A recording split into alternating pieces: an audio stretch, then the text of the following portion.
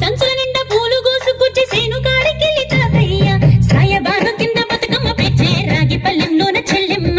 పల్లె గింజలొచ్చి చక్కెర పూసి దంచింది రోడ్లు అక్కయ్య మస్తు పావురంగ సత్తి పిండి చేసే వనికెట్టి చేతులతో నానమ్మ ఓ కొత్త బట్టల కాని పోపు డబ్బాలోని పైసలే తీసిండు ఓ అయ్యా అనుమరాల చేతి మట్టి గాజుల గియ్య కళ్ళ గురిగి తులిపే ఓ అవ్వ బతుకమ్మ అంటేనే బంధాల వంతేనా ఆడబిడ్డల్ని చేర్చనే కన్నుల చెంతనా